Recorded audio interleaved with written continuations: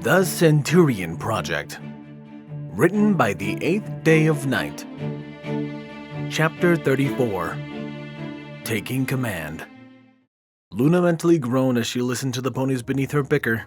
She couldn't care about their words in the slightest as the pair of generals went back and forth, spouting nonsense, seemingly without productive intention. They had been going on for better part of an hour, and if their tones were any indication, they would be yammering away for some time yet. In order to get their ponies into a more militant mindset, her sister had decided that they needed to have daily planning sessions. Both of the alicorns took time from their courts to ensure that each meeting could be attended by at least one princess, if not both. The idea was that the generals would get a feel for working with each other, and then they would be able to work together more efficiently. Unfortunately, most were still wrapping up their prior duties, so only two, General Lionheart and General Arrowheart, were shouting at each other about how they would split the command of the Solar Guard. Luna rubbed at the base of her horn as she tried to ward away the rapidly approaching migraine that was building. The meeting wasn't any different than it had been the day before, nor the day before that.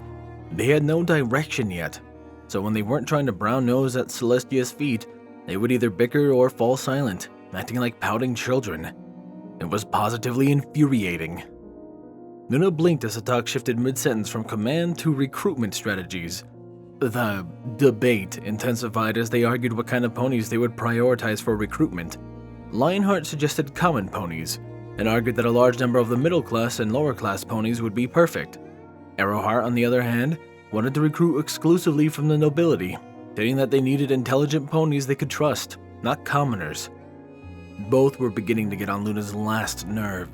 She had initially struggled with such issues upon her return, but upon making friends with several ponies in Ponyville, she knew that the label commoner had nothing to do with intellectual or physical superiority, but pure economic choices. If anything, the common ponies were superior in every regard, save monetarily, to the noble class. Posturing imbeciles, Luna grumbled under her breath as the yelling began anew. Celestia shot her a look that half said she was disappointed with the statement, but also said that she agreed with its sentiment. Luna turned her ears off and looked to the stained glass windows of the throne room, trying to find some semblance of solace from the turbulence that surrounded her. She really wished she had not promised to not pressure Elias. The only way she felt she could avoid affecting his decision was by avoiding the human entirely. Since he was also technically on leave, she hadn't seen him at all since she had left him in his bed 3 days ago. His tall, skinny form had been a constant presence in her life, especially recently, and now she missed the silent stare, those beautiful mismatched eyes. She desperately wished to coax him into another game night with Nightshade, to enjoy each other's company as they had before the invasion. Luna's ears perked up slightly as she heard raised voices in the hallway. The pair of bickering ponies before her didn't seem to notice. The noise seemed to get louder, and a very familiar shout rang clearly above the rest of the voices. Dead quiet followed, and Luna waited with bated breath as the throne room doors began to crawl open. As they did so, Lionheart and Arrowheart stopped arguing, whirling together to scold whomever interrupted them. They didn't dare say a thing as Elias strode into the room. Luna couldn't help but to flush lightly at the sight of him. He looked so powerful. The air around the man radiated with confidence. He was so much the same, but so very much different. His armor was back to a silver color, but it positively shined as he walked, a far cry from the bloodied beaten scrap they found him in. Red accents lined the edges, and they were matched by a red tunic and a red plumed helmet under his left arm. And unlike the red of the Royal Guards, it almost seemed brighter, more brilliant and pristine. Perhaps she was biased, or perhaps it was the difference in contrast from his pale skin and the brilliant red, but it seemed to pop as he walked forward. Most of all, however, were the changes to his face and head. Luna had to take deep breaths at the sight of his clean-shaven face. She wanted to pinch herself to ensure it wasn't a daydream, but she didn't, instead straightening her posture so that her face slipped into its normal royal mask. She couldn't keep a slight smile from peeking through as he got closer, though. Without his scraggly beard and shoulder-length hair, he looked positively handsome. The chiseled chin, those piercing eyes, even the long black scar that split the left half of his face did nothing to mar his appearance.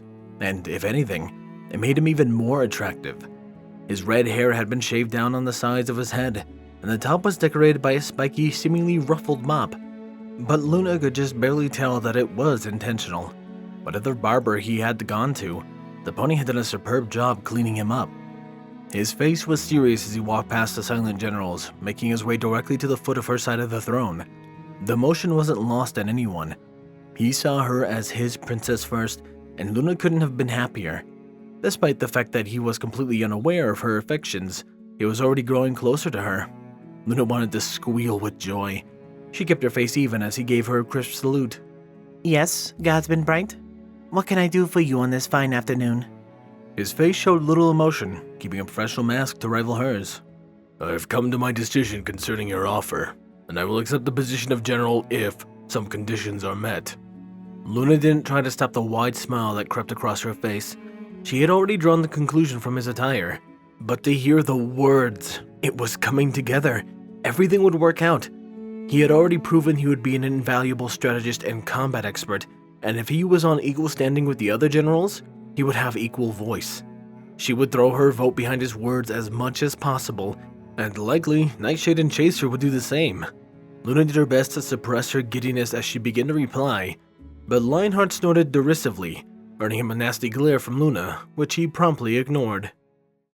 And this is coming from the same low-born god that decided to try and shame the princesses when he first received the extremely gracious offer. What makes you think that offer is still open to you, Bright? Luna's muzzle curled in a snarl, more than ready to protect her human, but Elias looked nonplussed as he cast a single eye over his shoulder, intentionally keeping his back to the pony. It was clearly an insult, and from Lionheart's face, it was an effective one. The unicorn seemed to turn red as the human spoke with a calm, even voice. Disregarding the fact that Princess Luna approached me about the matter personally in private, the need is great, and with the help of some friends, I've decided that I will overcome my personal issues for the greater good. The need has not lessened in the past few days, and if this little... He cleared his throat and smirked, nodding towards the table. Planning session of yours is an indication you have no idea what you're doing. 7 months isn't a lot of time, yet here you are, pissing the time away. I have enough common sense to be able to tell when I'm needed, and thanks to some smart ponies. Luna blushed lightly when his eyes flickered to her for a moment. I have determined that I can fix any mistakes as they arise. They have my back, and I will ensure that the errors of my past aren't repeated. He turned his eyes back to Luna. If my conditions are met, that is. Susty cleared her throat, directing the human's attention to her. Luna almost protested. She loved looking at his eyes. They were so calm, so focused now. They even lacked the normal edge of misery that always seemed to hide within, and that sight alone made Luna ecstatic. She could spend days staring into those eyes. And what conditions might those be, Elias? Susty asked. We would have an idea of what you are asking before agreeing. Of course, Princess, he replied calmly. Elias pulled 2 bundles of paper from a satchel behind his back. He offered them with a passive look on his face, and Celestia's assistant levitated the scrolls before the alicorn's eyes. As they unrolled the bundles, Elias clasped his hands behind his back. That is everything in writing, but I shall summarize it orally as well. Simply put, I have one primary condition, and it is that I have complete control over my legion.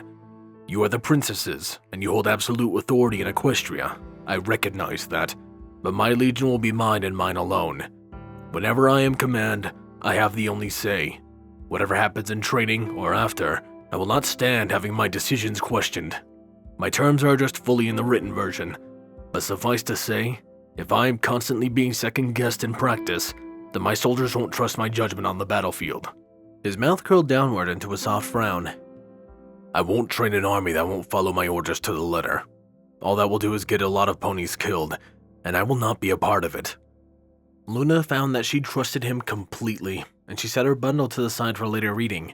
The motion brought his eyes back to her, and Luna couldn't help but to blush lightly as their eyes met once more. She fidgeted her with her wings, trying to not draw attention from anyone else. What was wrong with her? Sure, she had recently come to terms with her significant feelings for the man, but she was acting like a nervous school filly. She couldn't help herself, though, especially when the barest trace of a smile poked through his stern mask. He was smiling at her. Did he know? Had he been awake when she had made her silent confession on the mountaintop? He had to know. Look at that smirk. She was going to be exposed in front of everyone. Luckily, before Luna could work herself up to her breaking point, Celestia spoke. This is rather in-depth, She muttered as she flipped through another page. It will take time to read through your request fully, and I must commend you on your thoroughness, but say we meet this demand. Do you have any more? Elias shrugged. None so important as this one. The rest is logistical in nature and concerns smaller things, like recruiting and workspace. Celestia looked up from a bundle of papers and turned to Luna. What do you think, sister? You have spent more time with Elias than I. Can he be trusted with complete control over our ponies? Luna shrugged. I believe he can, but if we have any doubts, then Elias' earlier protest to our offer was valid, and we shouldn't put him in a commanding position. We either trust him or we do not. I for one fully believe that he will mold our ponies into fine soldiers, and that he will not be too rough on them. She side-eyed him, and he shrugged unhelpfully. I won't kill or permanently maim them, Elias said calmly. That is all I can promise. Celestia frowned in thought for a moment, and smiled as she set her bundle to the side. If you are in agreement with Luna, I think we can concede the good General's conditions. Was there anything else needed to be addressed today, General Bright? Elias nodded, showing no emotion to her use of his title. 2 simple things. First, I officially request that I be allowed to accept any volunteers from the Solar and Lunar Guards. I will need veterans to keep fresh recruits in line, and while my training will be far more taxing than the standard guard training, the veterans will be of immense value to me. Celestia smiled and nodded in agreement. Very well, but on the condition that you do not target the other guard branches for recruitment. They may approach you, but I do not wish to see recruitment materials around the castle. Of course, Princess, Elias responded, and you have my thanks. He looked over his shoulder, and his voice boomed as he called out, Auditor Binder, 1st Centurion Flash, you may now enter the throne room. Luna watched with amusement as 2 ponies already clad in red and silver trotted forward confidently. As they moved, Luna noticed that all 3 silver-clad individuals were struggling to hold back smiles of pride. She looked to Elias, who avoided her gaze. General, if I didn't know any better, I would think you executed your orders before you received them. He shrugged without looking back to her. Technically, I merely bought 2 ponies an expensive gift. It's purely coincidental that said gift happened to correspond with their rank within my legion. Luna smiled and rolled her eyes. Quite. Bookbinder and Night Flash stopped before Elias and saluted him before quickly moving to either side of the man. As they got into what was likely a pretty coordinated position, Luna studied their armor carefully. With both of them closer, it was clear that they were wearing very different styles of protection. Night Flash had armor very similar to Elias's heavy plate. His helmet was decorated with a bobbing white and red plume. Links of chainmail protected his joints, and it looked to her like his wing blades had been modified to act more as armor than weapons. Her curiosity piqued, Luna rose from her throne, walking slowly down to the Pegasus. He had perfect composure as she approached, and he remained calm and still as she poked and prodded at his armor. When Luna tapped on his wing, he extended it fully, and she got a good view of the metal shielding it. Each feather was covered with plate, though the metal was thinner on his primaries. Seemingly to compensate, a mesh of chainmail filled the spaces between each feather, leaving no gaps. Luna frowned as she lifted the wing with her hoof to test its weight. What are these wing guards made from? It seems abnormally light to be made from equestrian steel. It's still equestrian steel, Elias replied, glancing over. I had Anya enchant it with a featherweight enchantment, and all the Pegasus armor will have the same enchantment. It wouldn't do to go take away their number 1 advantage. Luna raised an eyebrow as she stared at the metal-covered Pegasus before her. He can still fly? Elias nodded, and he motioned for Night Flash. The Pegasus smiled as he lowered his wing. He took a step back from Luna before giving a single mighty flap. He shot near to the ceiling before spiraling back down, landing with a second flap in his previous position. He beamed with pride, and though he tried to hide it, Elias did as well. The slip lasted only a second, however, and nobody besides Luna caught it. She admired the armor again, while Elias's face fell into a slight scowl. The tunic is bolstered with an endurance spell and a speed enchantment, Elias continued. In full armor, 1st Centurion Flash could race with the best. He needed to be able to dart around the battlefield and be where I could not be. He should meet that need exceptionally well now. Luna nodded. An impressive display. Luna shifted her attention to the bookbinder. The unicorn's armor looked much more graceful than either of the plated stallions. While Luna spotted key sections bolstered by chainmail and leather, Most of it was surprisingly made of silver cloth. Luna frowned as she prodded at it, feeling the smooth material with her hoof. I must say, outwardly, this armor looks frail and weak. I honestly expected more from you, Elias. What is the secret here? Hit her, Elias said simply. Luna frowned and walked around Bookbinder, meeting her eyes. A playful glint was housed there as the unicorn waited silently for Luna to strike. The eloquent frown deepened for a second, then she shrugged and turned around, giving the unicorn a hearty buck. The air was driven from Luna's lungs as the feeling of her hooves slammed into her regalia plate, knocking her from her hooves. She staggered back a step or two, falling to her knees as she fought for a moment to breathe. Saucy let out a gasp and rose to help her up, but Luna raised her hoof and shook her head. It didn't hurt that much, not like it would have if she had her full earth pony strength. She shot a glare at Elias, who gave her an impressive look back. Temporal displacement and redirection spell, Elias said smoothly. It was expensive, but I will only have one assistant, so I believe it is a worthwhile cost. Luna snored as she got to her feet. You could not have simply explained that. I have extensive knowledge on spellcraft. I would have understood. Elias shrugged and flicked his nose with his thumb as he looked away. Perhaps, but I always feel that a demonstration gets the message across clearly. Besides, that's how I learned what Anyon meant when he said he hired his unicorn friend to enchant the armor. Luna smiled at the idea of the human swinging with all his might at it and getting hurt. Bookbinder probably goaded him on too, if her smirk was any indication. Luna rolled her eyes again and began looking over Bookbinder's armor again. Very well, General. Continue. I wish to know everything about this strange-looking armor. I shrugged. There isn't much more to tell. Auditor Binder will be at my side at all times, managing Legion records and filtering any written communication I receive. And as such, she needs to be well protected. Unfortunately, due to the great deal of supplies she needs to work, we need to sacrifice armor weight.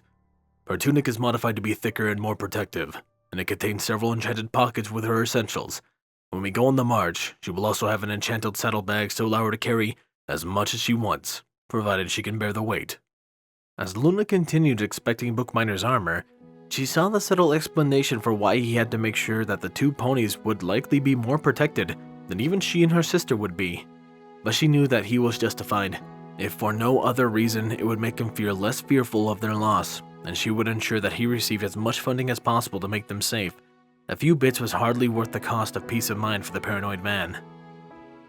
I must say, General, this is all very impressive, and I hope it is indicative of what is to come.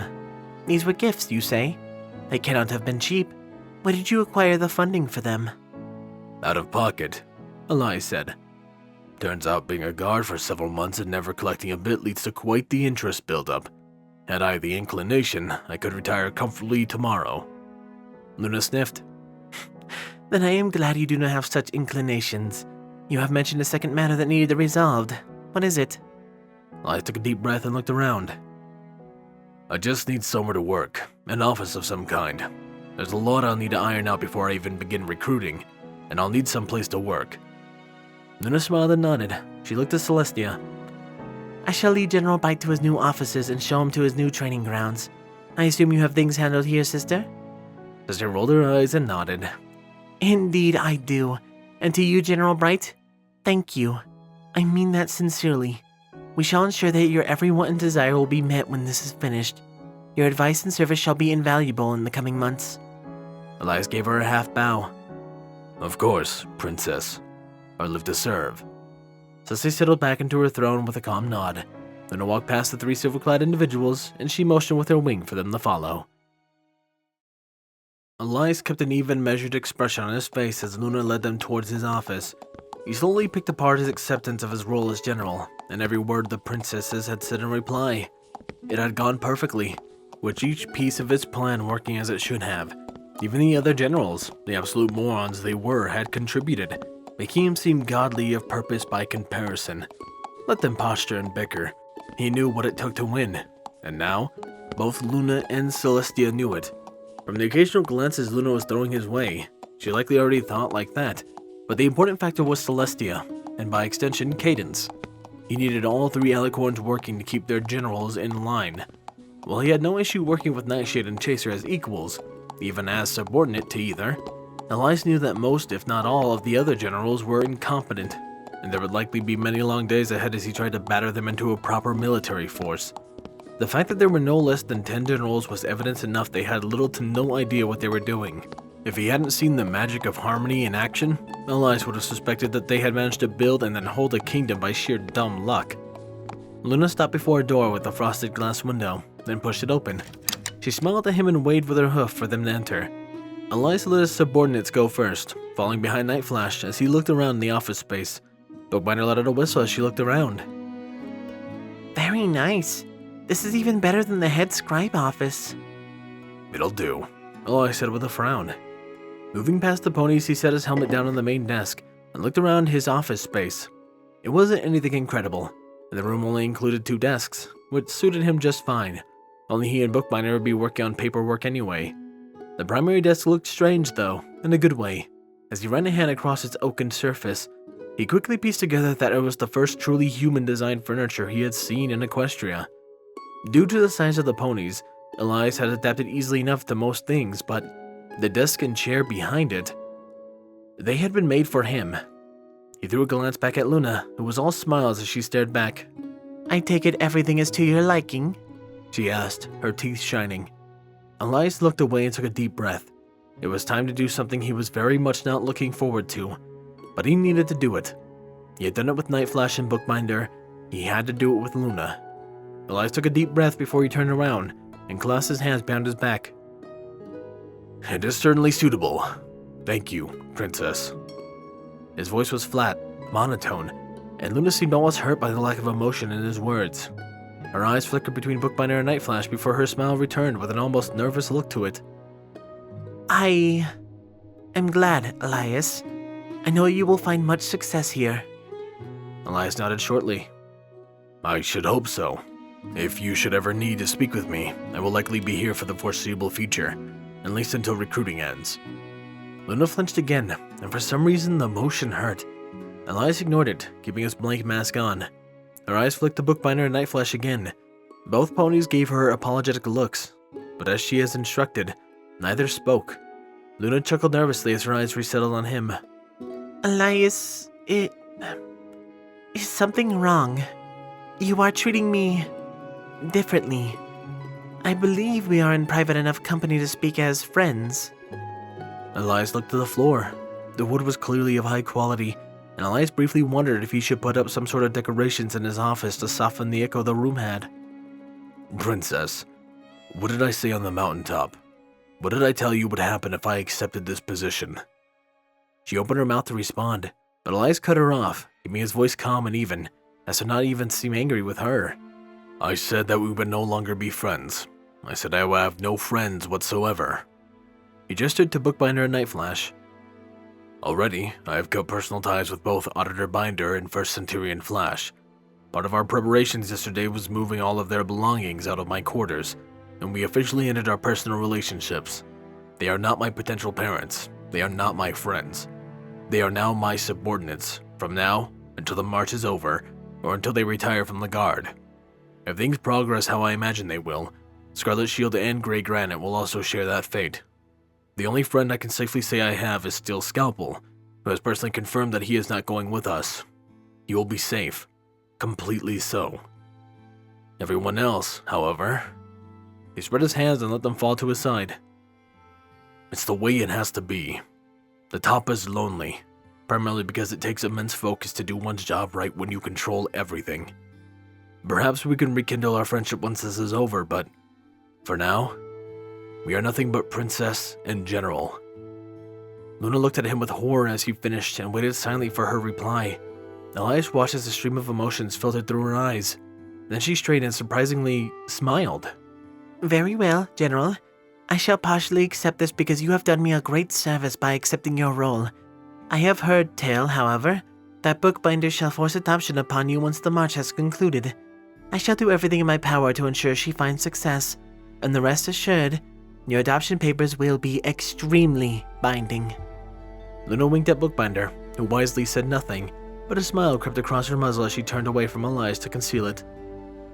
Furthermore, Luna continued, you have made a minor error in not signing your contract for this position before making such a declaration.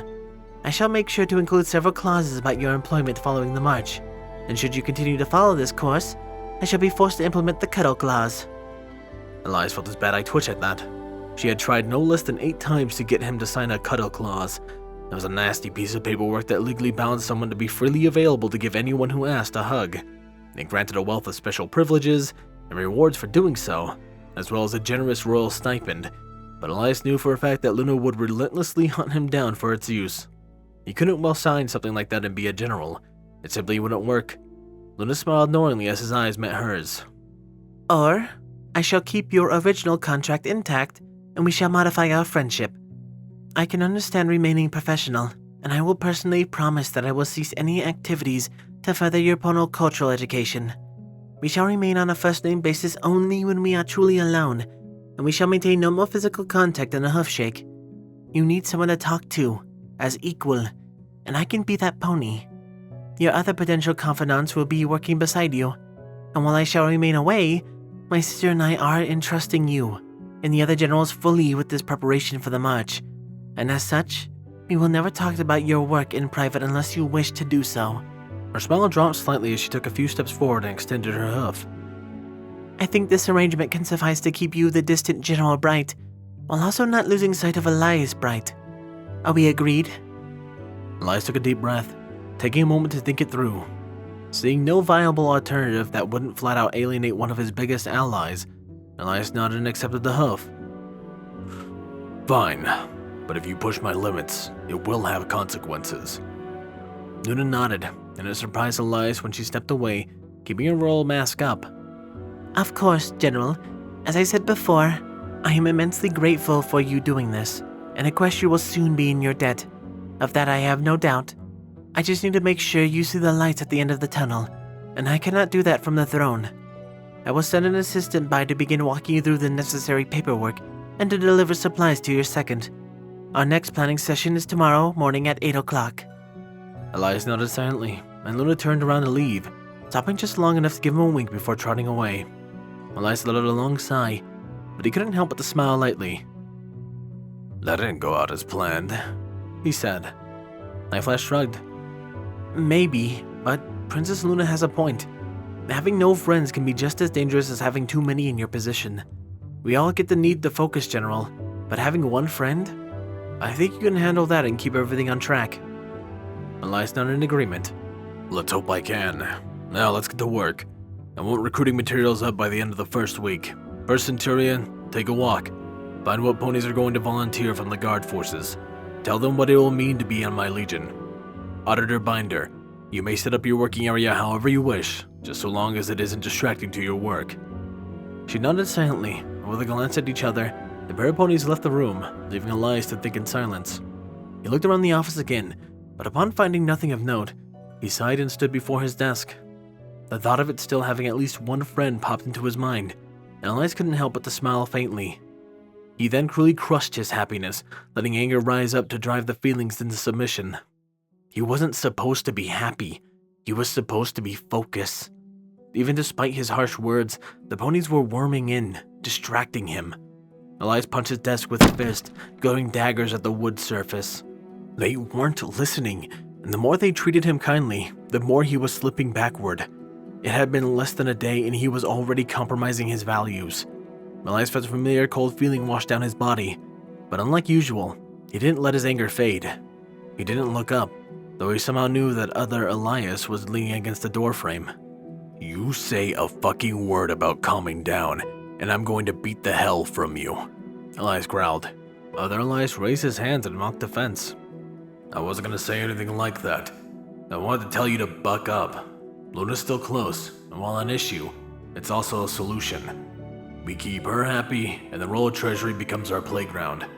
She agreed to keep at an arm's length, which is good. That lets us keep in her graces, while also focusing on our work. If we get distracted, compensate by spending. Better gear, better armor, build additional training grounds if we need to, whatever. Spend as much as we can get away with, but keep her happy. And Bookbinder and Nightflash alive. She was right about the light at the end of the tunnel. We go too dark, and this all becomes meaningless. Elias scowled at his desk, but nodded in agreement. The argument was sound enough. Fine. Go away then. I need to review the armor specifications for the legionaries and auxiliaries before I send them to Anion. Did you say something, General? Lyes opened his eyes and turned to find Bookbinder in the doorway, with a pair of saddlebags in her mouth, while another pair sat on her flanks. She looked concerned, but respectably so. That was good. She was respecting the boundaries they had established. Elias shook his head. Just talking to myself about work that needs done. Carry on, Auditor. Let's get to work before the princess's assistant drops by.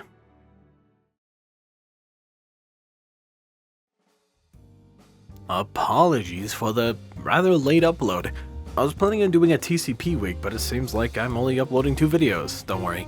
I'm planning at least 2 more before I switch back to my normal schedule. I want at least 4 out. I do apologize though, I don't know, something's wrong with my throat. It's like the back of my throat has something stuck in it. It makes doing deeper voices a lot more difficult. I don't know. I'm hoping whatever it is, goes away soon. Maybe take some medication for that, whatever. That aside, however, who don't need to go away soon are my wonderful Patreons. Thank you, Squall Windfeather, Juan de la Paz, Starlight Blaze, Dreamless Portal, and Rainflicker. Chase Master, Sword Brother and Mordred, Danish Dash, Solus, R.D. Bryant, Captain Blue Shadow, Nocturne, HKH4 aka Texture, The Animated Ghost, and Canned Panzer aka Trex. And of course a large thank you to Silent Titan. I appreciate your guys' support so much, and it means a ton to me. That aside, however, this has been Firehearth. Have a wonderful day.